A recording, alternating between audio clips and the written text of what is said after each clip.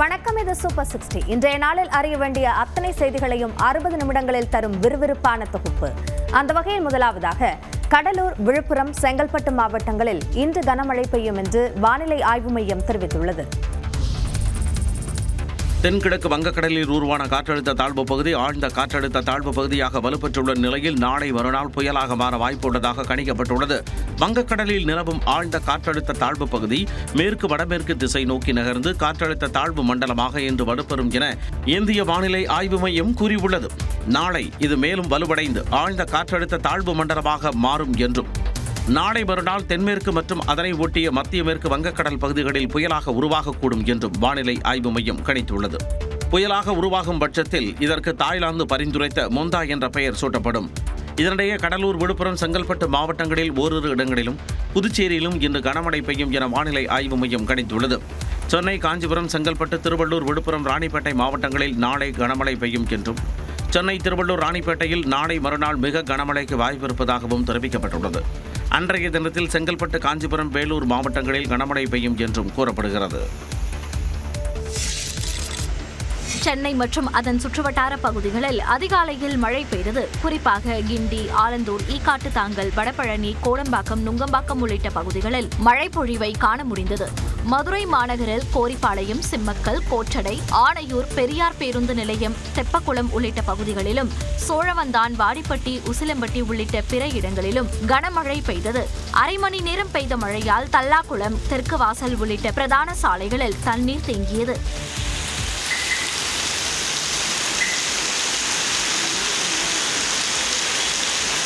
சிவகங்கை மாவட்டம் திருப்பத்தூர், சிங்கம்புணரி பகுதிகளில் கனமழை பெய்தது. காரைக்குடி மற்றும் சுற்றுவட்டார பகுதிகளான குன்றக்குடி, பிள்ளையார்பட்டி, சிறுகூடல்பட்டியில் பெய்த மழை காரணமாக தாழ்வான பகுதிகளை தண்ணீர் சூழ்ந்தது.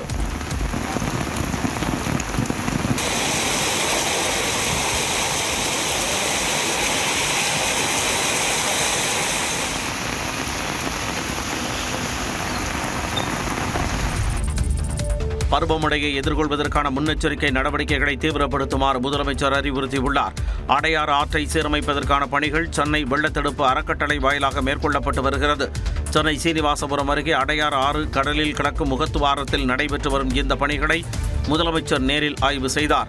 அப்போது முகத்துவாரத்தை அகலப்படுத்தும் பணிகளை விரைந்து முடிக்குமாறு அதிகாரிகளுக்கு முதலமைச்சர் மு.க.ஸ்டாலின் அறிவுறுத்தினார்.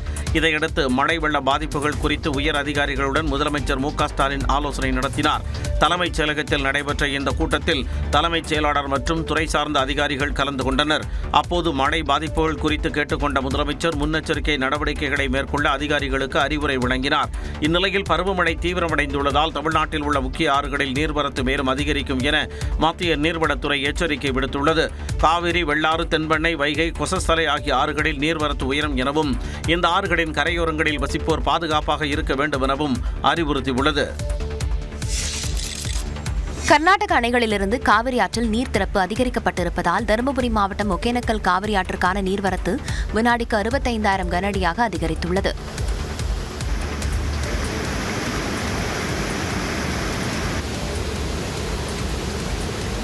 இதனால் பாதுகாப்பு கருதி ஒகேனக்கல் அருவியில் சுற்றுலா பயணிகள் குளிக்கவும் காவிரி ஆற்றில் பரிசல் இயக்கவும் தடை நீட்டிக்கப்பட்டுள்ளது. இதேபோல மேட்டூர் அணை ஏற்கனவே முழு கொள்ளளவை எட்டிய நிலையில் அணைக்கு வரும் 65,000 கன அடி நீர் அப்படியே வெளியேற்றப்படுகிறது. மின் நிலையங்கள் வழியாக வினாடிக்கு 22,300 கன அடி நீரும், 16 கண் மதகு வழியாக வினாடிக்கு 42,700 கன அடி நீரும் திறந்துவிடப்பட்டுள்ளது.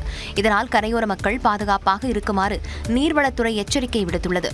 நாமக்கல் மாவட்டம் குமாரபாளையத்தில் காவிரி ஆற்றில் இரு கரைகளை தொட்டபடி தண்ணீர் பெருக்கெடுத்து ஓடுவதால் கரையோர பகுதிகளில் வசிக்கும் மக்களை மேடான பகுதிகளுக்கு செல்லும்படி வருவாய்த்துறையினர் ஒலிபெருக்கி மூலம் எச்சரிக்கை விடுத்தனர். காவிரி ஆற்றில் தண்ணீர் வரத்து அதிகமாக இருப்பதால் காவிரி கரையோர குடிமக்கள் அனைவரும் மேடான பகுதிகளுக்கு சென்று தங்கிக் கொள்ளுமாறு கேட்டுக் கொள்ளப்படுகிறது. யாரும் ஆற்றில் குளிக்கவோ, துணி துவைக்கவோ, மீன் பிடிக்கவோ செல்லக்கூடாது என அறிவுறுத்தப்படுகிறது. காவிரியில் தொடர்ந்து நீர்வரத்து அதிகரிப்பதால் திருச்சி முக்கொம்பு அணையிலிருந்து கொள்ளிடம் ஆற்றில் வினாடிக்கு 41,000 கன அடி நீர் திறக்கப்பட்டுள்ளது.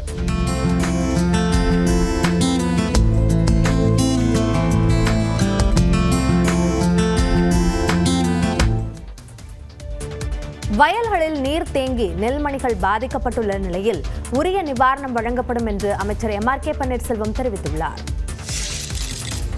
டெல்டா மாவட்டங்களில் மழையால் ஏற்பட்ட பாதிப்பு நீடிப்பதால் விவசாயிகள் கவலையடைந்துள்ளனர்.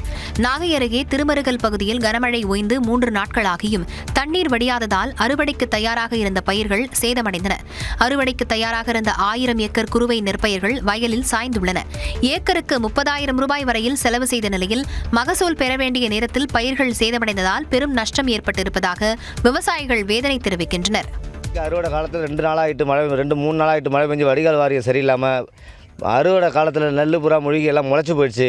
தண்ணி வடிகிறதுக்கான வாகனமும் எதுவும் எந்த ஏற்பாடும் பண்ண முடியல. மிஷினும் அறுவடைக்கு கிடைக்கல.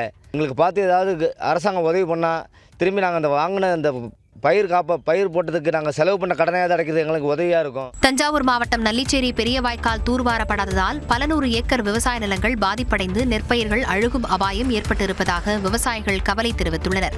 வாய்க்காலில் செடி கொடிகள் முளைத்து புதர்மண்டி ஆக்கிரமித்திருப்பதால் மழைநீர் வடிய வழியில்லாத நிலை இருப்பதாக கூறும் விவசாயிகள் போர்க்கால அடிப்படையில் தூர்வார கோரியுள்ளனர். டெல்டா விவசாயிகளின் கண்ணீருக்கு திமுக அரசுதான் பொறுப்பேற்க வேண்டுமென தெரிவித்துள்ள பாமக தலைவர் அன்புமணி காவிரி பாசன மாவட்டங்களில் நெல் கொள்முதலை விரைவுபடுத்த வேண்டுமென வலியுறுத்தியுள்ளார். இது தொடர்பாக அவர் வெளியிட்டிருக்கும் அறிக்கையில் நாள் ஒன்றுக்கு 1000 மூட்டைகள் கொள்முதல் செய்திருந்தால் 50 நாட்களில் குறைந்தது 18 லட்சம் டன் நெல்லை கொள்முதல் செய்திருக்கலாம் என்றும், ஆனால் இதுவரை வெறும் 5.5 லட்சம் டன் நெல் மட்டுமே கொள்முதல் செய்யப்பட்டிருப்பதாக தெரிவித்துள்ளார். நெல்லை சேமித்து வைப்பதற்கான அடிப்படை கடமைகளை கூட திமுக அரசு செய்யவில்லை என குற்றம் சாட்டியுள்ள அன்புமணி செறிவூட்டப்பட்ட அரிசி கொள்முதலுக்கு மத்திய அரசு அனுமதி அளிக்காததுதான் அனைத்து சிக்கலுக்கும் காரணமாக பழி போட்டு தப்பித்துக் கொள்ள முடியாது என கூறியுள்ளார். விவசாயிகள் நலனில் சிறிதளவு அக்கறை இருந்தால் நெல் கொள்முதல் பணிகளை விரைவுபடுத்தவும் மழையால் பாதிக்கப்பட்ட நெற்பயிர்களுக்கு இழப்பீடு வழங்கவும் அவர் வலியுறுத்தியுள்ளார். மழையால் பாதிக்கப்பட்ட பயிர் குறித்து கணக்கெடுப்பு நடத்தி நிவாரணம் வழங்கப்படும் என உழவர் நலத்துறை அமைச்சர் MRK பன்னீர்செல்வம் தெரிவித்துள்ளார். டெல்டா மாவட்டங்களில் கடந்த சில நாட்களாக பெய்து வரும் மழையால் அறுவடை செய்த நெல் மணிகளுடன் அறுவடைக்கு தயாராக இருந்த நெற்பயிர்களும் பாதிக்கப்பட்டதால் விவசாயிகள் கவலையடைந்துள்ளனர். இந்நிலையில் நாகை மாவட்டத்தில் கருவேலங்கடை, சின்னத்தும்பூர், திருவாய்மூர் உள்ளிட்ட பகுதிகளில் மழையால் சேதமடைந்த பயிர்களை அமைச்சர் MRK பன்னீர்செல்வம் ஆய்வு மேற்கொண்டார். விவசாயிகளிடமும் வேளாண் துறை அதிகாரிகளிடமும் பாதிப்பின் தன்மையை கேட்டறிந்தார்.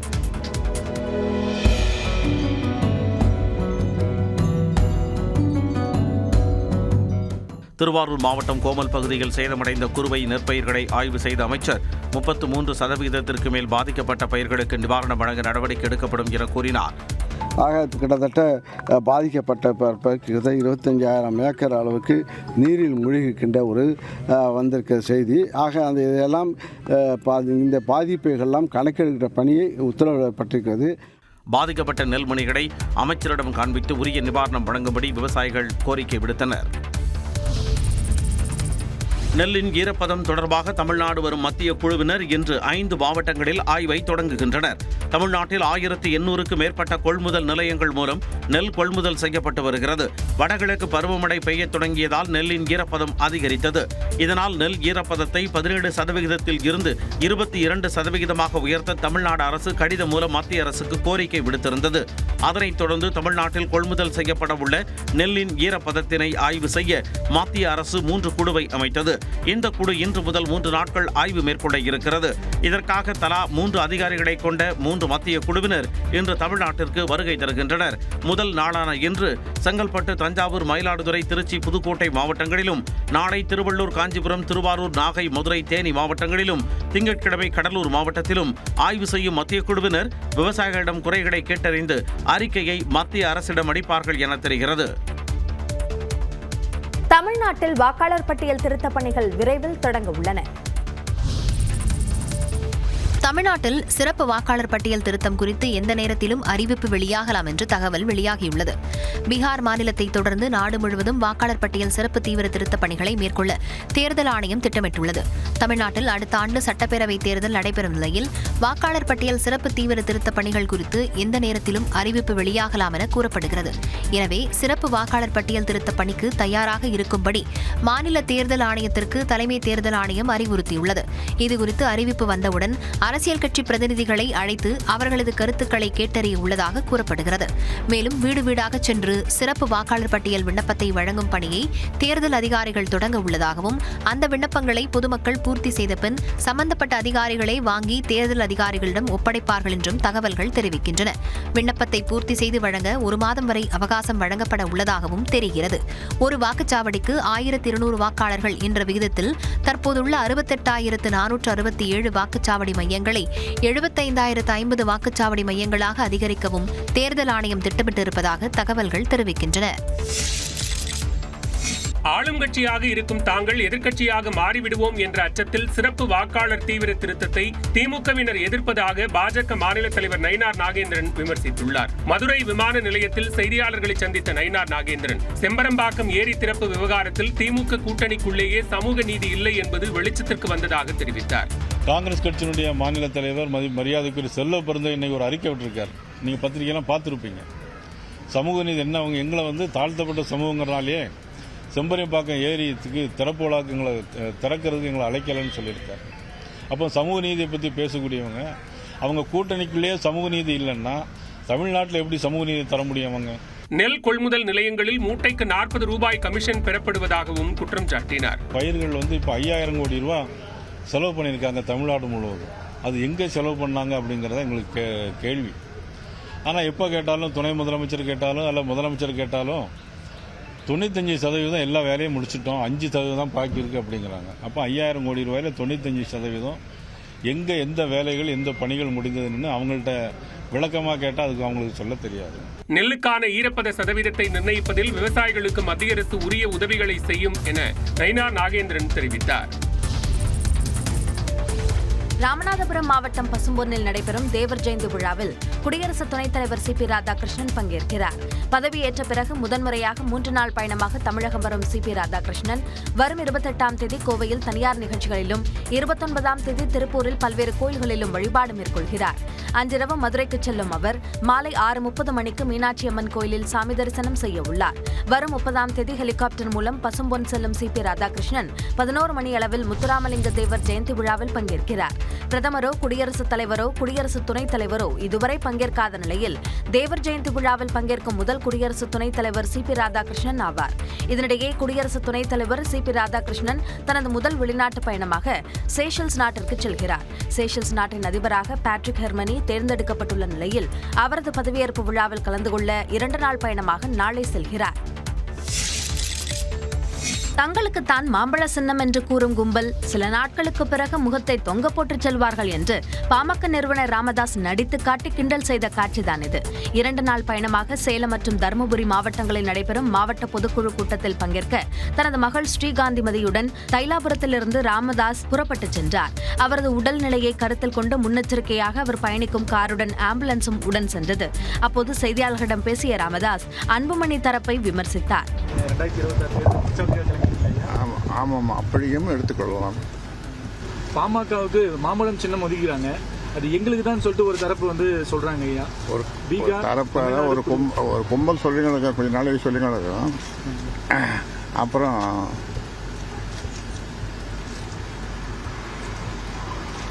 எப்படி இது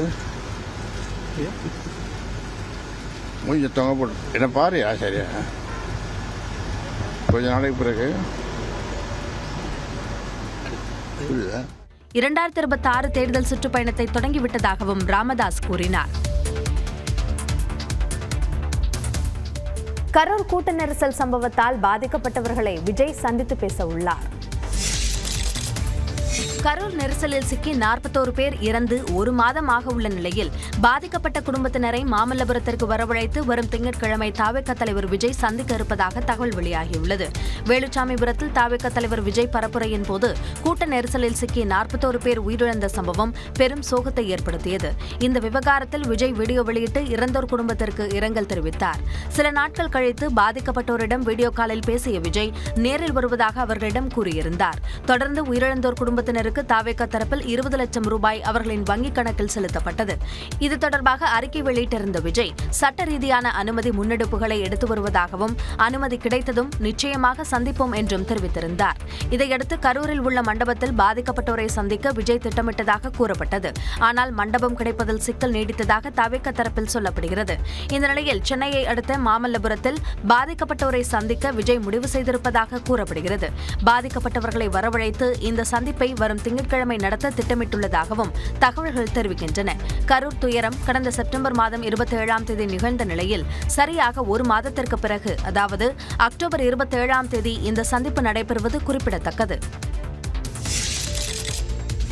கரூர் கூட்ட நெரிசலில் சிக்கி உயிரிழந்தவர்களின் குடும்பத்தினரின் வங்கிக் கணக்குகளுக்கு பிரதமர் தேசிய நிவாரண நிதியில் இருந்து தலா 2 லட்சம் ரூபாய் வரவு வைக்கப்பட்டது.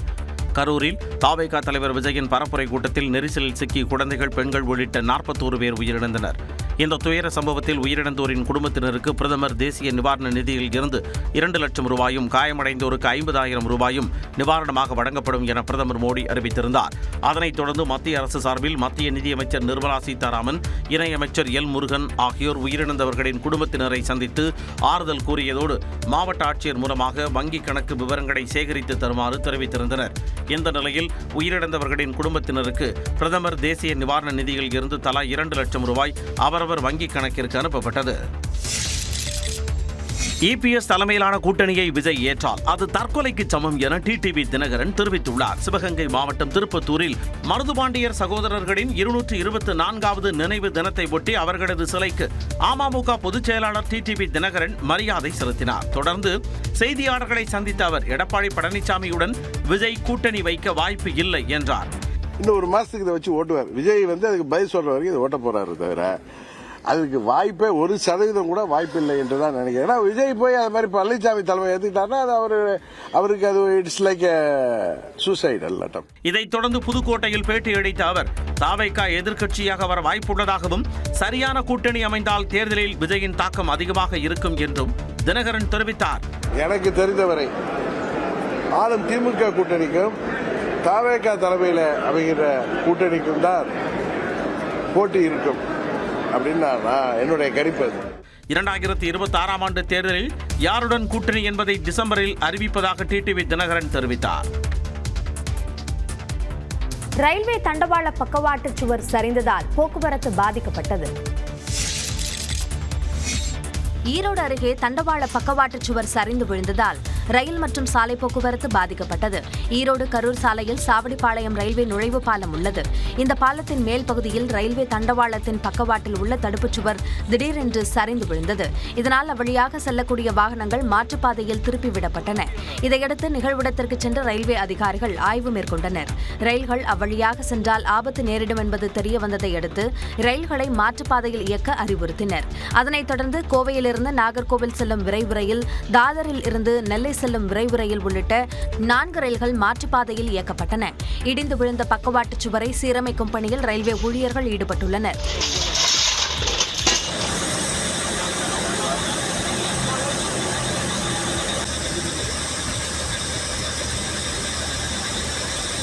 இந்த பணிகள் நிறைவு பெறும் வரை அவ்வழியாக ரயில்கள் இயக்கப்படாது என்று அதிகாரிகள் தெரிவித்தனர். பீகாரில் நிதிஷ்குமார் தலைமையில் மீண்டும் வெற்றி பெற்று ஆட்சி அமைப்போம் என்று பிரதமர் நரேந்திர மோடி தெரிவித்துள்ளார். பீகாரில் அடுத்த மாதம் சட்டப்பேரவைத் தேர்தல் நடைபெற உள்ளது. இந்நிலையில் பீகார் சென்ற பிரதமர் நரேந்திர மோடி சம்ஸ்திபூரில் உள்ள முன்னாள் முதலமைச்சர் பாரத ரத்னா கர்பூரி தாக்கூரின் சிலைக்கு மாலை அணிவித்து மரியாதை செலுத்தினார். அங்கிருந்து சட்டப்பேரவைத் தேர்தலுக்கான பிரச்சாரத்தை தொடங்கினார். பொதுமக்கள் மத்தியில் பேசிய பிரதமர் நரேந்திர மோடி காட்டாட்சியை வீழ்த்தி 2005ஆம் ஆண்டு நல்லாட்சி மலர்ந்ததாகவும் தேசிய ஜனநாயக கூட்டணி மீண்டும் ஆட்சி அமைக்கும் போது பீகார் புதிய உத்வேகத்தில் நகரும் என்றும் கூறினார். आपने हमेशा मोदी पर भरोसा किया है, नीतीश जी पर आशीर्वाद बरसाया है। एनडीए के लिए आपका यही प्यार, आपका अटल विश्वास अब विकास के नए दौर की तरफ ले जा रहा। தேர்தலுக்கு பிறகு முதலமைச்சரை முடிவு செய்வோம் என்று மத்திய அமைச்சர் அமித்ஷா தெரிவித்திருந்த நிலையில் பிரதமரின் இந்த பேச்சு கவனம் பெற்றுள்ளது. குற்றம் மற்றும் ஊழல் இல்லாத பீகாரை உருவாக்க உள்ளதாக மகா கத்பந்தன் கூட்டணி முதலமைச்சர் வேட்பாளர் தேஜஸ்வி யாதவ் தெரிவித்துள்ளார். பீகாரில் அடுத்த மாதம் 2 கட்டங்களாக சட்டப்பேரவை தேர்தல் நடைபெறும் நிலையில் நீண்ட இழுபறிக்கு பின்னர் மகா கத்பந்தன் கூட்டணியின் முதலமைச்சர் வேட்பாளராக தேஜஸ்வி யாதவ் அறிவிக்கப்பட்டார். இந்நிலையில் பாட்னாவில் செய்தியாளர்களை சந்தித்த தேஜஸ்வி யாதவ் பீகார் மக்களுக்கு போலியான வாக்குறுதிகளை வழங்கப் போவதில்லை என்றும் எது நடக்குமோ எதை செயல்படுத்த முடியுமோ அதையே மக்களுக்கு வாக்குறுதிகளாக வழங்குவதாகவும் தெரிவித்தார். நாட்டின் டாப் 5 மாநிலங்கள் பாஜகவின் ஆட்சியின் கீழ் அதிக குற்றங்கள் நிறைந்த மாநிலங்களாக காணப்படுவதாக குற்றம் சாட்டிய தேஜஸ்வி யாதவ் பீகாரை குற்றம் மற்றும் ஊழல் இல்லாத மாநிலமாக உருவாக்க உள்ளதாக தெரிவித்தார். बिहार के लोग भी सीएम बनेंगे यानी चिंता मुक्त बनाएंगे हम और यही नहीं बल्कि अपराध भ्रष्टाचार मुक्त बिहार बनाएंगे. இதனிடையே ஆர்ஜேடி வேட்பாளர்கள் போட்டியிடும் 4 தொகுதிகளில் காங்கிரஸ் மற்றும் விகாஷில் இன்சான் கட்சி வேட்பாளர்கள் தங்கள் வேட்புமனுவை வாபஸ் பெற்றனர். டெல்லியில் பெண்கள் இரவு பணி செய்ய அனுமதித்து டெல்லி தொழிலாளர் துறை அறிக்கை வெளியிட்டுள்ளது. அதன்படி கடைகள் மற்றும் வணிக நிறுவனங்களில் பெண்கள் இரவு நேர பணியில் வேலை செய்ய அதிகாரப்பூர்வமாக அனுமதி அளிக்கப்பட்டுள்ளது.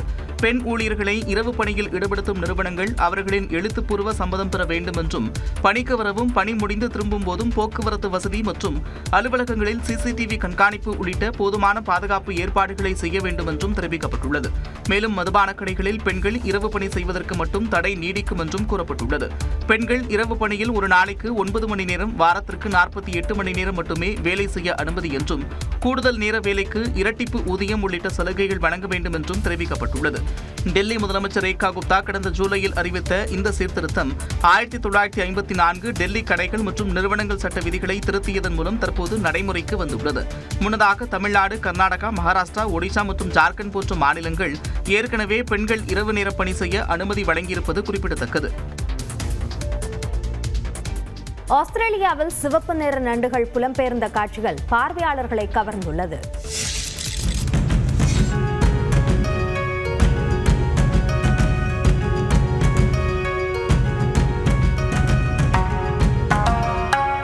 ஆஸ்திரேலியாவின் மேற்கு பகுதியில் சிவப்பு நிற நண்டுகளின் புலம்பெயர் காலம் தொடங்கியது. கிறிஸ்துமஸ் தீவில் இருந்து ஒவ்வொரு ஆண்டும் செந்நிற நண்டுகள் பெருங்கடலுக்கு புலம்பெயரும்.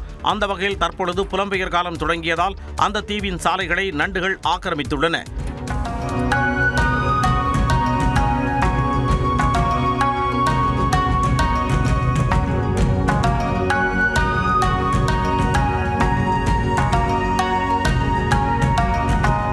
நீண்ட நாட்கள் பயணித்து இனச்சேர்க்கை செய்யும் நண்டுகள் கடற்கரையில் துடையிட்டு முட்டையிடுகின்றன.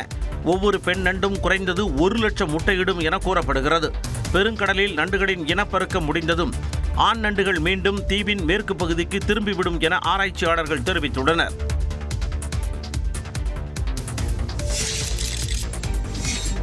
ஆஸ்திரேலியாவுக்கு எதிரான இன்றைய கடைசி ஒருநாள் கிரிக்கெட் போட்டியிலாவது இந்தியா ஆறுதல் வெற்றி பெறுமா என ரசிகர்கள் எதிர்பார்த்துள்ளனர். சுப்மன் கில் தலைமையிலான இந்திய அணி ஆஸ்திரேலியாவில் சுற்றுப்பயணம் மேற்கொண்டு விளையாடி வருகிறது. இரு அணிகளும் 3 போட்டிகள் கொண்ட ஒருநாள் தொடரில் விளையாடி வருகின்றன. இதில் முதல் 2 போட்டிகளிலும் ஆஸ்திரேலிய அணி வெற்றி பெற்று தொடரை கைப்பற்றியது. இந்த நிலையில் 3வது மற்றும் கடைசி ஒருநாள் கிரிக்கெட் போட்டி இன்று காலை 9 மணிக்கு சிட்னியில் நடைபெறுகிறது. ஏற்கனவே தொடரை இழந்துவிட்ட இந்திய அணி இந்த போட்டியில் ஆறுதல் வெற்றி பெற வேண்டும் என ரசிகர்களின் எதிர்பார்ப்பு உள்ளது. இது ஒருபுறம் இருக்க, மிச்சல் மார்ஷ் தலைமையிலான ஆஸ்திரேலிய அணி இன்றைய போட்டியிலும் வெற்றி பெற்று தொடரை முழுமையாக கைப்பற்றும் முனைப்பில் உள்ளது. இதுவரை இந்த மைதானத்தில் 19 ஒருநாள் போட்டிகளில் விளையாடிய இந்திய அணி 2 போட்டிகளில் மட்டுமே வெற்றி பெற்றுள்ளது. 2022ஆம் ஆண்டு தென்னாப்பிரிக்காவில் ஒயிட் வாஷ் ஆனது போன்று இந்த தொடரிலும் அதுபோன்று நிகழாமல் இருக்க இந்தியா பார்த்துக் கொள்ள வேண்டும் என்பதே ரசிகர்களின் ஆவலாக இருக்கிறது. இந்தியாவில் நடைபெறும் ஜூனியர் உலகக்கோப்பை ஹாக்கி போட்டியிலிருந்து விலகுவதாக பாகிஸ்தான் அறிவித்துள்ளது. ஜூனியர் உலகக்கோப்பை ஹாக்கி தொடர் நவம்பர் மற்றும் டிசம்பர் மாதங்களில் சென்னை மற்றும் மதுரையில் நடைபெறுகிறது. இந்த தொடரில் பங்கேற்கப் போவதில்லை என சர்வதேச ஹாக்கி சம்மேளனத்திடம் பாகிஸ்தான் ஹாக்கி சம்மேளனம் தெரிவித்துள்ளது. இதனையடுத்து பாகிஸ்தானுக்கு பதிலாக விளையாடும் அணி குறித்து விரைவில் அறிவிக்கப்படும் என்று சர்வதேச ஹாக்கி சம்மேளனம் தெரிவித்துள்ளது. ஜூனியர் உலக ஹாக்கி தொடரில் இந்தியா, சிலி, சுவிட்சர்லாந்து அணிகளுடன் பாகிஸ்தான் பி பிரிவில் இடம்பெற்றிருந்தது. முன்னதாக ஆடவர் ஆசிய கோப்பை தொடரிலிருந்து விலகுவதாக பாகிஸ்தான் அறிவித்தது. அதன் பிறகு பாகிஸ்தானுக்கு பதிலாக வங்கதேச அணி ஆசிய கோப்பை ஹாக்கி தொடரில் இடம்பெற்றது. தற்போது ஜூனியர் உலகக்கோப்பை ஹாக்கி தொடரிலிருந்து விலகுவதாக பாகிஸ்தான் அறிவித்துள்ளது. ஆபரேஷன் சிந்தூர் தாக்குதலை அடுத்து பாகிஸ்தான் விளையாட்டு அணிகள் இந்தியாவில் நடைபெறும் எந்த போட்டியிலும் பங்கேற்கவில்லை. நடைபெற்று வரும் மகளிர் உலகக்கோப்பை தொடரிலும் பாகிஸ்தான் விளையாடும் ஆட்டங்கள் இலங்கையில் நடைபெற்று வருவது குறிப்பிடத்தக்கது. பைசன் திரைப்படத்தை பல்வேறு அரசியல் கட்சி தலைவர்களும் ஒன்றாக பார்த்தனர். திராவிடர் கழக தலைவர் வீரமணி, தமிழ்நாடு காங்கிரஸ் கமிட்டி தலைவர் செல்வ பெருந்தகை, சிபிஐ மூத்த தலைவர் முத்தரசன், தமிழக வாழ்வுரிமை கட்சி தலைவர் வேல்முருகன், முக்குளத்தூர் புலிப்படை தலைவர் கருணாஸ், கொங்கு இளைஞர் பேரவை கட்சியின் தலைவர் தனியரசு ஆகியோர் பைசன் படத்தை பார்த்துவிட்டு இயக்குநர் மாரி செல்வராஜை பாராட்டினர். தேவையான காலகட்டத்தில் சிறப்பான வகையில் மற்றவர்கள் சிந்தித்தாலும் துணியாத ஒரு இடத்தை எடுத்துக்கொண்டு சிறப்பாக செய்திருக்கிற அவருடைய துணிச்சல் பாராட்டத்தகுந்தது.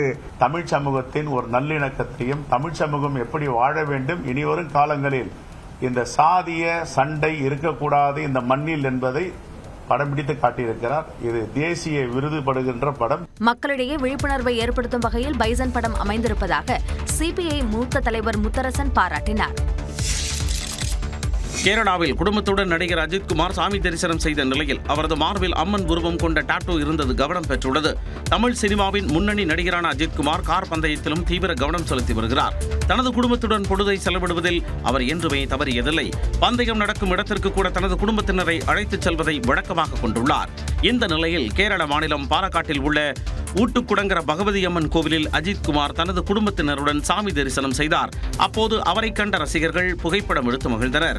இது தொடர்பான புகைப்படங்கள் இணையத்தில் அவரது ரசிகர்களால் பகிரப்பட்டு வருகிறது. அதில் அஜித்தின் மார்பில் வலது பக்கத்தில் இந்து கடவுளான அம்மன் உருவம் பச்சை குத்தப்பட்டுள்ளது கவனம் பெற்றுள்ளது. சென்னையில் நவீன வசதிகளுடன் மேம்படுத்தப்பட்டுள்ள தொல்காப்பிய பூங்கா மக்கள் பயன்பாட்டிற்கு வந்துள்ளது.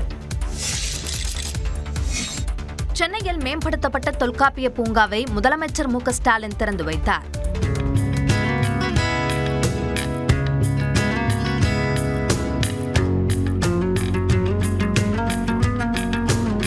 முன்னாள் முதலமைச்சர் கருணாநிதியால் கடந்த 2008ஆம் ஆண்டு அடிக்கல் நாட்டப்பட்டு 58 ஏக்கர் பரப்பினை கொண்ட அடையாறு உப்பங்கழியினை சீரமைத்து தொல்காப்பியர் பூங்கா உருவாக்கப்பட்டது.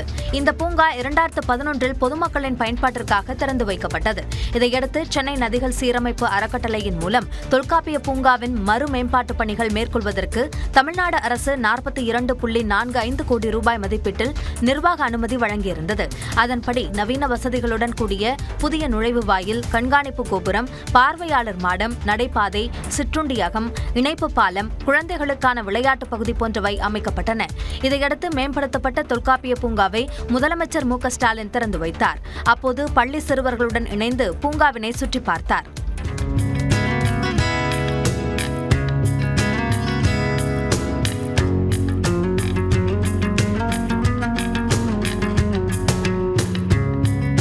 தொல்காப்பிய பூங்கா பகுதி 1 மற்றும் 2 இணைத்து சாந்தோம் சாலையில் உயர்மட்ட நடைமேம்பாலமும் அமைக்கப்பட்டுள்ளது.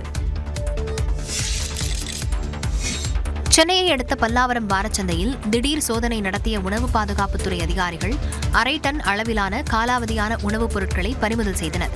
பல்லாவரத்தில் வாரந்தோறும் வெள்ளிக்கிழமை நடைபெறும் சந்தை பிரசித்தி பெற்றது. உணவுப் பொருட்கள் தொடங்கி எலக்ட்ரானிக் உட்பட பல்வேறு பொருட்கள் விலை மலிவாக கிடைப்பதால் பல்வேறு பகுதிகளிலிருந்தும் மக்கள் வந்து பொருட்களை வாங்கிச் செல்கின்றனர். பல்லாவரம் வாரச்சந்தையில் காலாவதியான பொருட்கள் விற்கப்படுவதாக கிடைத்த ரகசிய தகவலில் உணவு பாதுகாப்புத்துறை அதிகாரிகள் சோதனையில் ஈடுபட்டனர். அப்போது சென்னை பாடியைச் சேர்ந்த ஐயப்பன் என்பவரது கடையில் தயாரிப்பு தேதி அழிக்கப்பட்ட நிலையில் சாக்லேட், பிஸ்கெட், ரொட்டி உள்ளிட்ட பொருட்கள் விற்பனைக்கு இருந்தது கண்டுபிடிக்கப்பட்டது. ஏறத்தாழ 500 கிலோ காலாவதியான பொருட்களை பறிமுதல் செய்த அதிகாரிகள் ஐயப்பனை பிடித்து காவல்துறையினரிடம் ஒப்படைத்தனர். காலாவதியான பொருட்களை ஐயப்பன் எங்கிருந்து வாங்கினார் என்பது குறித்து உணவு பாதுகாப்புத்துறை அதிகாரிகள் மற்றும் காவல்துறையினர் விசாரித்து வருகின்றனர். மறைந்த இசையமைப்பாளர் சபேஷின் உடல் சென்னை வளசரவாக்கத்தில் உள்ள மயானத்தில் தகனம் செய்யப்பட்டது. சென்னையில் மறைந்த இசையமைப்பாளர் சபேஷின் உடலுக்கு திரை பிரபலங்கள் பலரும் அஞ்சலி செலுத்தினர். குறிப்பாக KS Ravikumar, K Bhagyaraj, Cheran, D Imman உள்ளிட்டோர் அஞ்சலி செலுத்திய பிறகு அவருடனான நினைவுகளை பகிர்ந்து கொண்டனர். இன்னைக்கு இந்த பிரிவுன்றது அது தேவாசருடைய ஃபேமிலிக்கு மட்டும் இல்லை, அது ஒட்டுமொத்த இசை சமூகத்துக்கும், இசை ஃப்ரெட்டர்னிட்டிக்கும் ஒரு பெரிய இழப்பு இது. சபேஷின் இழப்பை சினிமாவிற்கான இழப்பாக பார்ப்பதாக கூறிய இயக்குனர் சேரன், தவமாய் தவமிருந்து படத்தில் இடம்பெற்ற ஒரே ஒரு ஊருக்குள்ள ஒரே ஒரு அம்மா அப்பா என்ற பாடல் இருக்கும் வரை சபேஷ் இருப்பார் என்றார். இந்நிலையில் சபேஷின் இறுதி ஊர்வலத்தில் அவரது அண்ணன் மகனான ஸ்ரீகாந்த் தேவா நடனமாடி வழி அனுப்பி வைத்தார்.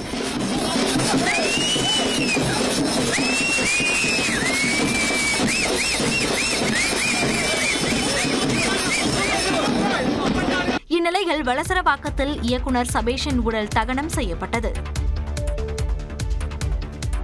கனமழை வெள்ளத்தால் தமிழ்நாட்டின் பல்வேறு பகுதிகளிலும் பாதிப்புகள் ஏற்பட்டன.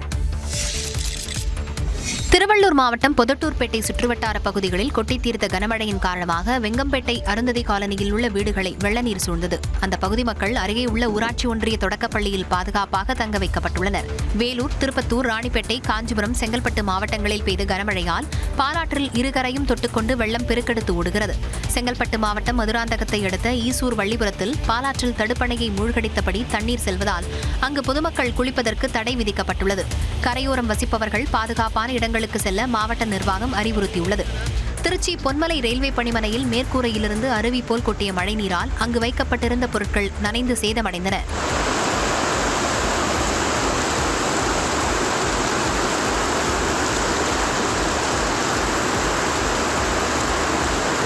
டீசல் பிரிவு பகுதியில் மேற்கூரையிலிருந்து அருவி போல் மழைநீர் கொட்டும் வீடியோ வெளியான நிலையில் ரயில்வே நிர்வாகம் உடனடியாக சீரமைக்க கோரிக்கை எழுந்துள்ளது.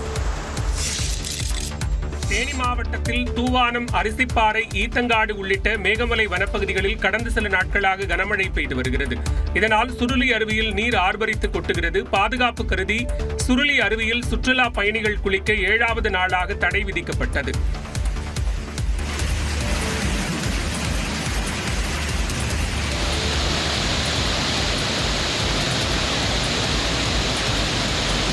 இதேபோன்று சின்ன சுருளி அருவியிலும் பாதுகாப்பு தடுப்புகள், இரும்பு கம்பிகள் வெள்ளத்தில் அடித்துச் செல்லப்பட்டன. இதனால் அங்கும் சுற்றுலா பயணிகளுக்கான தடை நீட்டிக்கப்பட்டது.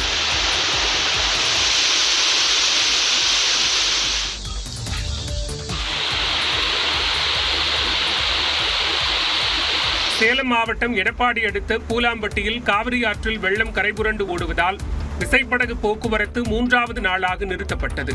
மேட்டூர் அணையிலிருந்து திறக்கப்படும் நீரின் அளவு தொடர்ந்து அதிகரிப்பதால் பூலாம்பட்டி மற்றும் ஈரோடு மாவட்டம் நெருஞ்சிப்பேட்டையை இணைக்கும் விசைப்படகு போக்குவரத்து 3வது நாளாக நிறுத்தப்பட்டது. இதனால் சுமார் 18 கிலோமீட்டர் தூரம் சுற்றி கோனேரிப்பட்டி பாலம் வழியாக அப்பகுதி மக்கள் காவிரி ஆற்றை கடந்து செல்கின்றனர்.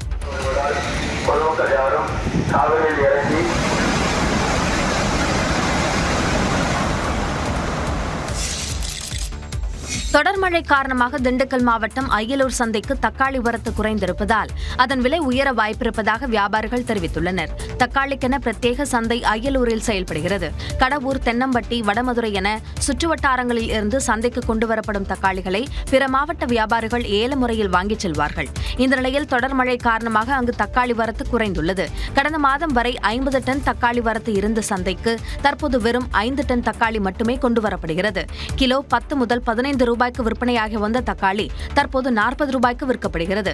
வரும் நாட்களில் கிலோ 100 ரூபாய் வரை அதிகரிக்க வாய்ப்பிருப்பதாக வியாபாரிகள் கூறுகின்றனர். இந்த விலை இன்னும் கூடும் தான் எதிர்பார்க்குறோம். ஏன்னா மழை பெஞ்சனால தக்காளி பயிர் எல்லாமே நிறைய சேதமாயிருச்சு.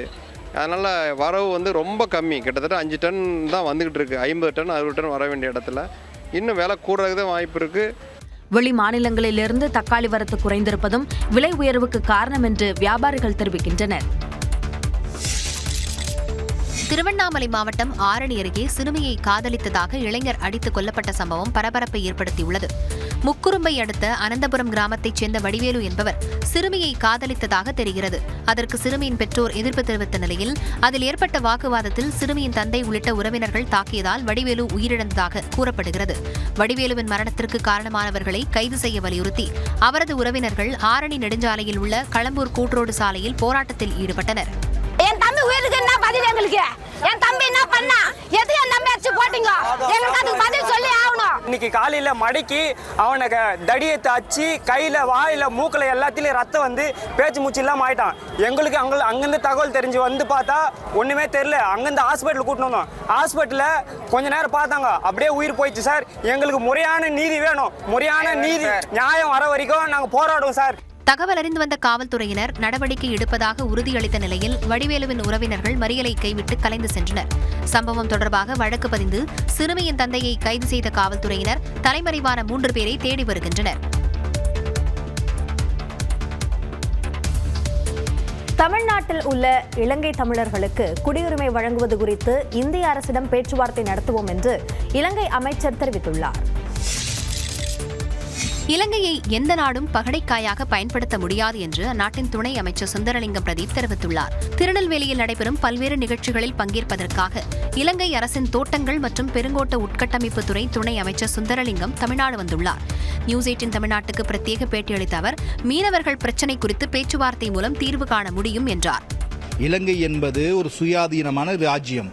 எனவே எங்களுக்கு பல்வேறுபட்ட நாடுகள் நிதி உதவிகளை, பல்வேறுபட்ட பொருளாதார உதவிகளை வழங்குகின்றார்கள். எனவே ஒரு நட்பு ரீதியான உறவு இருக்கிறது. எனவே எந்த நாடும் எங்களை ஆக்கிரமிக்க முடியாது. அதே போல ஒரு நாட்டுக்கு எதிராக இன்னொரு நாடு பகடைக்காயாவும் எங்களை பயன்படுத்த முடியாது. இந்தியாவிலிருந்து மீன்பிடிக்க செல்பவர்கள் தமிழர்கள். அதே போல இலங்கையிலே வடக்கு கிழக்கில் உள்ள மீன்பிடிப்பவர்களும் தமிழர்கள். எனவே ஒரே மொழியை பேசக்கூடியவர்கள், ஒரே இனத்தைச் சேர்ந்தவர்கள். எனவே நான் நினைக்கிறேன் இவர்கள் இரண்டு தரப்பினரும் இந்த மீனவர் தொடர்பான பிரச்சனையை பேசி தீர்க்க வேண்டும். இலங்கை அகதிகளுக்கான குடியுரிமை குறித்து பேச்சுவார்த்தை நடத்துவோம் எனவும் அவர் கூறினார்.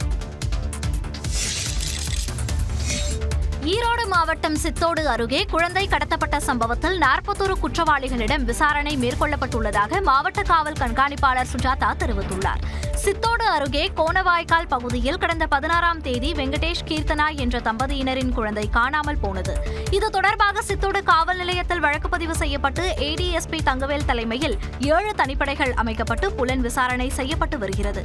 இதனிடையே செய்தியாளர்களிடம் பேசிய மாவட்ட காவல் கண்காணிப்பாளர் சுஜாதா, சம்பவ இடத்தை கடந்து சென்றுள்ள 120 வாகனங்களின் எண்களை எடுத்து ஆய்வு செய்து வருவதாக கூறியுள்ளார். ஏற்கனவே இந்த மாதிரியான வழக்குகளில் சம்பந்தப்பட்ட குற்றவாளிகள் நம்ம 8 மாவட்டத்தில் இருந்து ஒரு 41 குற்றவாளிகளை போய் செக் பண்ணியிருக்கோம். அதில் சில க்ளூஸ் நம்மளுக்கு கிடைச்சிருக்கு. அது இல்லாமல் இப்போ எக்ஸிட் என்ட்ரி 2 பக்கமும் இருந்து சுமார் 33 லொக்கேஷனில் இருக்கிற 120 கேமராவை நம்ம எடுத்து அதை ஒரு டீம் மானிட்டர் பண்ணிட்டு இருக்காங்க. அதில் ஏதாவது க்ளூ கிடைக்குதான்றதை மானிட்டர் பண்ணிட்டு இருக்காங்க. தனிப்படைக்கு கிடைத்த தகவலின் பேரில் ஒரு தனிப்படை திருநெல்வேலி மாவட்டத்திற்கு சென்று இருப்பதாகவும் கர்நாடக மாநிலத்திற்கும் ஒரு தனிப்படை செல்ல உள்ளதாகவும் தெரிவித்தார். ஜல்லிக்கட்டு போன்று அரசு சட்ட திருத்தம் கொண்டு வந்தால் சேவல் சண்டைக்கு அனுமதி அளிக்கலாம் என உயர்நீதிமன்ற மதுரை கிளை கருத்து தெரிவித்துள்ளது. மதுரை காரக்கேணி பகுதியில் காலில் கத்தி கட்டாமல் சேவல் சண்டை நடத்த அனுமதி வழங்க உத்தரவிடக் கோரி மூவேந்தன் என்பவர் வழக்கு தொடுத்திருந்தார். இந்த மனு நீதிபதி GR சுவாமிநாதன் முன் விசாரணைக்கு வந்தபோது மனிதர்களால் ஏற்பாடு செய்யப்படும் விலங்கு சண்டை நிகழ்வுகளை சட்டம் வெளிப்படையாக தடை செய்வதாக கூறினார். இந்த விலங்கு என்ற வார்த்தையில் பறவைகளும் அடங்கும் எனவும் நீதிபதி சுட்டிக்காட்டினார். விலங்குகள் மீதான வன்கொடுமை தடுப்புச் சட்டம் 1960இல் சில விதிவிலக்குகள் இருப்பதாக கூறிய நீதிபதி கலாச்சாரத்தின் பேரில் ஜல்லிக்கட்டு போன்ற சில நிகழ்வுகள் அனுமதிக்கப்படுவதாக தெரிவித்தார். அதேபோல தெலுங்கானாவில் கலாச்சார அந்தஸ்தில் சேவல் சண்டைக்கு உயர்நீதிமன்றம் அனுமதி அளித்திருப்பதாகவும் கூறினார். சேவல் சண்டையை மையக்கருவாக கொண்டு ஆடுகளம் திரைப்படம் வெளியானதை குறிப்பிட்ட நீதிபதி தமிழ்நாட்டில் சேவல் சண்டைக்கு கலாச்சார அந்தஸ்து வழங்கப்படுமா என்ற ஐயம் எழுந்திருப்பதாக தெரிவித்தார். ஜல்லிக்கட்டு போன்று சேவல் சண்டை நடத்துவதற்கு அரசு சட்ட திருத்தம் கொண்டு வந்தால் அதற்கும் அனுமதி அளிக்கலாம் என கூறிய நீதிபதி மனுவை தள்ளுபடி செய்து உத்தரவிட்டார். திருச்செந்தூர் முருகன் கோயிலில் கந்த சஷ்டி விழா களை கட்டியுள்ளது.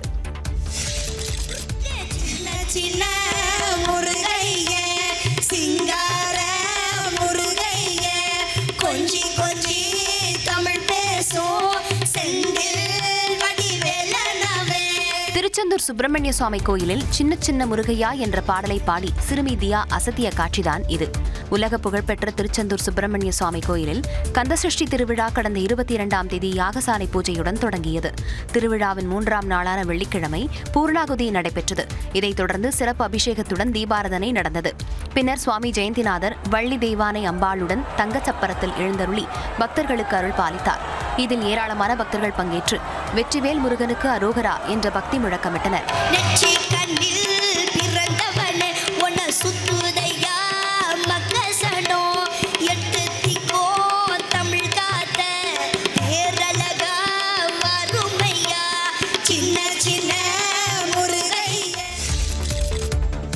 நெல்லை சென்னையில் மகளிர் கட்டணமில்லா பேருந்தில் பயணித்த பெண்ணிடம் அவதூறாக பேசிய விவகாரத்தில் ஓட்டுநர் பணியிடை நீக்கம் செய்யப்பட்டார். நெல்லை வண்ணாரப்பேட்டை நிறுத்தத்தில் அரசு பேருந்தில் ஏறிய பெண் அரவிந்த் கண் மருத்துவமனை அருகே இறங்க கோரிய போது அங்கு நிறுத்தாமல் ஓட்டுநர் முருகேசன் சிறிது தூரம் சென்று இறக்கிவிட்டதாக தெரிகிறது. இதில் பெண்ணுக்கும் ஓட்டுநருக்கும் இடையே வாக்குவாதம் ஏற்பட்டதில் ஓட்டுநர் முருகேசன் அவதூறாக பேசியதாக தெரிகிறது. இது தொடர்பாக பெண் தன் உறவினர்களிடம் தெரிவித்த நிலையில் அவர்கள் வந்து ஓட்டுநர் முருகேசனிடம் வாக்குவாதத்தில் ஈடுபட்டனர்.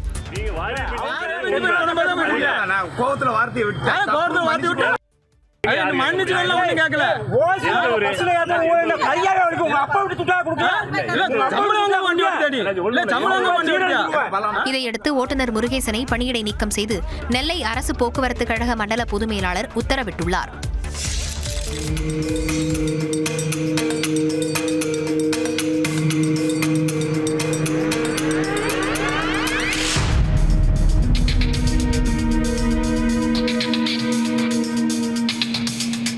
பதற்றம் வேண்டாம். ரயில் விபத்து நேர்ந்தால் மேற்கொள்ளப்படும் நடவடிக்கைகள் குறித்த ஒத்திகை எண் காட்சிகள் தான் இவை. திருச்சி பாலக்கரை அருகே உள்ள ரயில்வே குட்ஷெட் யார்ட் பகுதியில் விபத்து கால நடவடிக்கைகள் குறித்த ஒத்திகை நடைபெற்றது. எதிர்பாராத சூழலில் ரயில் விபத்து நடைபெறும் போது மேற்கொள்ள வேண்டிய நடவடிக்கைகளை ரயில்வே ஊழியர்கள் செய்து காட்டினர்.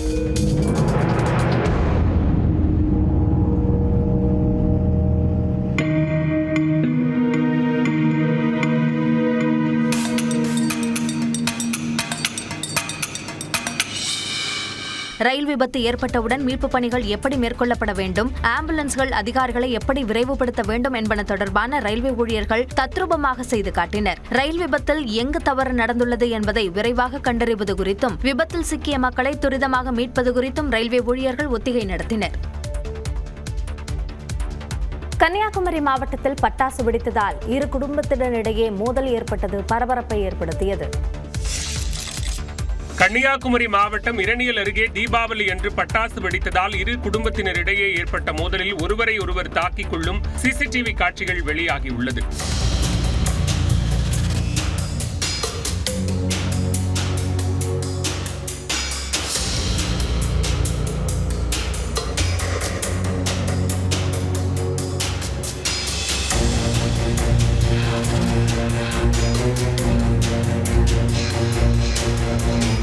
இரணியல் அருகே கீழத்தெருவைச் சேர்ந்த முருகன் என்பவர் தீபாவளி அன்று தனது மனைவி மற்றும் மகனுடன் வீட்டின் முன்புறம் உள்ள தெருவில் பட்டாசு வெடித்ததாக கூறப்படுகிறது. பட்டாசு வெடிக்கும் சத்தம் கேட்டு அருகில் உள்ள வீட்டில் இருந்த கைக்குழந்தை அழுவதாகவும் முருகன் வீட்டுக்கு சென்று பட்டாசு வெடிப்பதை நிறுத்துமாறு குழந்தையின் தந்தை ஆதிகேசவன் கூறியதாகவும் சொல்லப்படுகிறது. அப்போது வாக்குவாதம் ஏற்பட்ட நிலையில் இரு குடும்பத்தினரும் ஒருவரை ஒருவர் மாறி மாறி தாக்கிக் கொண்டனர். இதில் முருகனின் மனைவிக்கு தலையில் காயம் ஏற்பட்டது. அவர் மருத்துவமனையில் அனுமதிக்கப்பட்ட நிலையில் இரணியல் போலீசார் வழக்கு பதிவு செய்து ஆதிகேசவனை கைது செய்தனர். 45 ஆண்டுகளாக மின்சாரம் உள்ளிட்ட அடிப்படை வசதிகளுக்காக ஒரு கிராமமே போராடி வருவது அதிர்ச்சியை ஏற்படுத்தியுள்ளது. நெல்லை மாவட்டம் அம்பாசமுத்திரம் அடுத்த மேற்கு தொடர்ச்சி மலைப்பகுதியில் லோயர் கேம்ப் அருகே திருப்பணிப்புரம் என்ற மலை கிராமம் அமைந்துள்ளது. இந்த கிராமத்தில் குடிநீர், மின்சாரம், சாலை வசதி கோரி 45 ஆண்டுகளாக அப்பகுதி மக்கள் போராடி வருகின்றனர். இவர்களுக்கு சொந்தமாக உள்ள பட்டா நிலத்தில் இயற்கை விவசாயம் செய்து வருகின்றனர். 2021ஆம் ஆண்டு மாநில மனித உரிமை ஆணையத்தை கிராம மக்கள் புகாருக்காக அணுகிய போது சாலை, குடிநீர், மின்சார வசதிகளை ஏற்படுத்தி தர 2023ஆம் ஆண்டு ஆணையம் உத்தரவு பிறப்பித்தது. ஆனால் 2 ஆண்டுகளாக அதிகாரிகள் ஆணையத்தின் உத்தரவை செயல்படுத்தாத நிலையில் மீண்டும் ஆணையத்தில் முறையிட்டு நெல்லையில் மறு விசாரணை நடத்தப்பட்டது. இதில் அடுத்த மாதம் 21ஆம் தேதிக்குள் மின்சாரம் வழங்குவதற்கான இசைவு தெரிவிக்க வேண்டும் என அதிகாரிகளிடம் ஆணையம் வலியுறுத்தியுள்ளது. ஏற்கனவே இங்கே அடிப்படை வசதிகள் எதுவுமே இல்லாமல் 45 வருஷங்களாக நாங்கள் போராடிட்டு தான் இருக்கிறோம். ஆனால் இன்ன வரைக்கும் எங்களுக்கு மின்சார வசதியோ, பாதை வசதியோ, குடிநீர் வசதியோ கிடையாது. அதுக்காக நாங்கள் 21 நாங்கள் மாநில மனித உரிமை ஆணையத்தில் நாங்கள் ஏற்கனவே மனு கொடுத்துருந்தோம். 11/10/22 எங்களுக்கு ஆணை பிறப்பித்தாங்க. ஆனாலும் இன்னும் 3 வருஷம் ஆகியுமே எங்களுக்கு இன்ன வரைக்குமே எந்த நடவடிக்கையும் எடுக்கப்படவே இல்லை. வனப்பகுதியிலிருந்து தங்களை வெளியேற்றி விடுவார்களோ என அந்த மலை கிராம மக்கள் வேதனை தெரிவித்தனர். சபரிமலை ஐயப்பன் கோவில் தங்க திருட்டு விவகாரத்தில் 476 கிராம் தங்கத்தை கைதான உன்னிகிருஷ்ணன் பொட்டி கர்நாடகாவில் விற்றதை எஸ்ஐடி போலீசார் கண்டுபிடித்திருப்பதாக தகவல் வெளியாகியுள்ளது. சபரிமலை ஐயப்பன் கோவிலில் உள்ள துவாரபாலகர் சிலைகளில் சுமார் 4.5 கிலோ தங்கம் மாயமானது குறித்து விசாரித்து வரும் சிறப்பு புலனாய்வு குழு அதிகாரிகள் கர்நாடகாவைச் சேர்ந்த தொழிலதிபர் உன்னிகிருஷ்ணன் பொட்டி என்பவரை கைது செய்தனர். தொடர்ந்து எஸ்ஐடி குழு நடத்திய விசாரணையில் திருடுபோன தங்கத்தில் 476 கிராம் தங்கத்தை கர்நாடகாவைச் சேர்ந்த தொழிலதிபர் கோவர்தன் என்பவருக்கு உன்னிகிருஷ்ணன் பொட்டி விற்றது கண்டுபிடிக்கப்பட்டுள்ளதாக கூறப்படுகிறது. கடந்த 2019ஆம் ஆண்டு கர்நாடக மாநிலம் பெல்லாரியைச் சேர்ந்த கோவர்தன் என்பவரிடம் உன்னிகிருஷ்ணன் பொட்டி 476 கிராம் தங்கத்தை விற்று பணம் பெற்றதற்கான ஆவணங்களை கைப்பற்றியதாக எஸ்ஐடி குழு தெரிவித்துள்ளது. சென்னையைச் சேர்ந்த தனியார் நிறுவனம் தங்கத்தை இடம் மாற்ற கப்லேஷ் என்ற இடைத்தரகரை பயன்படுத்தியதை கண்டறிந்த எஸ்ஐடி குழு மீதமுள்ள தங்கம் வேறு யாருக்கெல்லாம் விற்கப்பட்டது என்பது குறித்து விசாரணை நடத்தி வருகிறது. மகாராஷ்டிராவில் 2 போலீசார் தன்னை பாலியல் வன்கொடுமை செய்ததாக உள்ளங்கையில் எழுதிவிட்டு பெண் மருத்துவர் தற்கொலை செய்து கொண்ட சம்பவம் அதிர்ச்சியை ஏற்படுத்தியுள்ளது. பல்தான் பகுதியில் உள்ள அரசு மருத்துவமனையில் பணியாற்றிய பெண் மருத்துவர் தனியார் விடுதியில் தற்கொலை செய்து கொண்டார். பெண் மருத்துவரின் உடலை கைப்பற்றிய போலீசார் அவரது உள்ளங்கையில் 2 காவல் அதிகாரிகள் 5 மாதங்களாக தன்னை பாலியல் ரீதியாகவும் மன ரீதியாகவும் துன்புறுத்தியதாக எழுதியிருந்ததை கண்டறிந்தனர். காவல் உதவி ஆய்வாளர் கோபால் பட்னே தன்னை பலமுறை பாலியல் வன்கொடுமை செய்ததும் மன ரீதியாக துன்புறுத்தியதாகவும் பெண் மருத்துவர் தெரிவித்துள்ளார். மேலும் பிரசாந்த் பங்கர் என்பவர் தன்னை மன ரீதியாக துன்புறுத்தியதாக பெண் மருத்துவர் தனது கையில் எழுதியுள்ளார். இந்த விவகாரம் தொடர்பாக போலீசார் விசாரணை நடத்தி வருகின்றனர். மகாராஷ்டிரா மகளிர் ஆணைய தலைவர் ரூபாலி சக்கன்கர் பெண் மருத்துவரின் மரணத்திற்கு காரணமான இருவருக்கும் அதிகபட்ச தண்டனை வழங்க வேண்டும் என்று வலியுறுத்தியுள்ளார். யானை தந்தங்கள் வைத்திருந்த நடிகர் மோகன்லாலுக்கு கேரள அரசு தந்த உரிமத்தை ரத்து செய்து கேரள உயர்நீதிமன்றம் உத்தரவிட்டுள்ளது. கடந்த 2011ஆம் ஆண்டு எர்ணாகுளம் பகுதியில் அமைந்துள்ள நடிகர் மோகன்லாலின் வீட்டில் வனத்துறையினர் திடீர் சோதனையில் ஈடுபட்டனர். அப்போது அவர் வீட்டிலிருந்து உரிமம் இல்லாத 4 யானை தந்தங்கள் கைப்பற்றப்பட்டன. இது தொடர்பாக வனத்துறை விசாரணை நடத்தி வந்த நிலையில் தந்தங்களை மீண்டும் ஒப்படைக்குமாறு அப்போதைய வனத்துறை அமைச்சர் ராதாகிருஷ்ணனிடம் மோகன்லால் கோரிக்கை விடுத்தார்.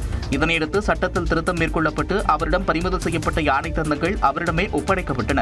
மேலும் மோகன்லால் யானை தந்தங்களை வைத்துக் கொள்ள 2015ஆம் ஆண்டு உரிமம் வழங்கிய கேரள அரசு அவர் மீதான வழக்கையும் ரத்து செய்தது.